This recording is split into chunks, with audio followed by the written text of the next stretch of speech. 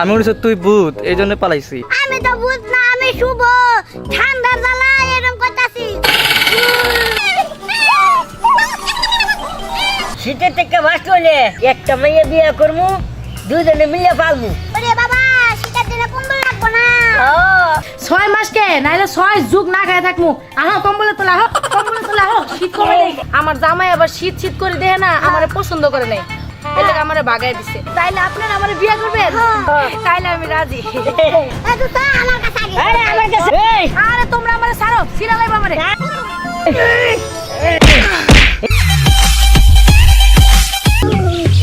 ওরে বাবা, কি ঠান্ডা! মাঘ মাসে ঠান্ডা লাগছে গো, সব ঠান্ডা আমার দিকে। এই ঠান্ডার মধ্যে যদি আগুন পাইতাম তাহলে তো ভালো হতো।